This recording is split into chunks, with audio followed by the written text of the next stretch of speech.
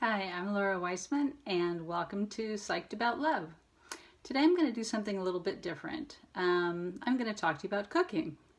What does cooking have to do with being a couples therapist? Well, I'll tell you. So today I was in my kitchen making challah. It's a special bread that is eaten in Jewish homes on Friday nights and Saturdays for the Holy Sabbath. And we learned that there is a special blessing in making this challah, this special bread for the Sabbath. And to take time and to make this bread with intentionality and meditations, and to really be very, very mindful of the process as opposed to just putting recipe together. So I went looking on Google for people wiser and holier than I in this regard. And I was very excited to see as the second hit that my friend Dina Hundert had been the subject of an essay that somebody wrote about the intentions that she brought to her challah making. So I'm going to share some of those, but though she wrote for individuals making challah, I'm going to change it a little bit with her permission. Actually, she didn't give me permission, but I'm hoping this is okay with her, for a couple's perspective. So the very first thing that we need for making bread is yeast, right? And yeast grows and it gets bubbly, but in order for that to happen with the yeast, we have to add a sweetness to it, okay? So that it feeds on the warm water, not too hot and not too cold. It reminds us that we can't be too hot and fiery with our partners, pushing them away, or too cold, not allowing them to relax into being who they are. So the water has to be warm, just right. Into that water we add sweetness. Dina uses honey, I use sugar, reminding us to always keep a sweet outlook, a sweet disposition, an equanimity about life, that everything is going to be okay. Careful, I'll break into song. And to that we add the yeast.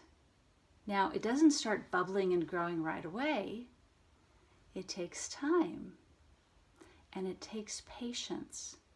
Because just like us, when we grow, we need to give ourselves some time. We may notice something about ourselves, a particular character trait that doesn't exactly thrill us, but even knowing it, or if something comes up in session, well, I told her about it, I told him about it, yes, that's true, but we didn't get to this place overnight, and we're probably not going to change overnight either, but we become more mindful of those issues, just like in this recipe, being mindful. So we set the yeast aside, we give it 5-10 minutes to bubble and to grow. But there's another teaching about the yeast, and this comes from Hasidic teaching that says that the yeast, leavened bread, which means yeast, is equivalent to self-aggrandizement, an inflated ego.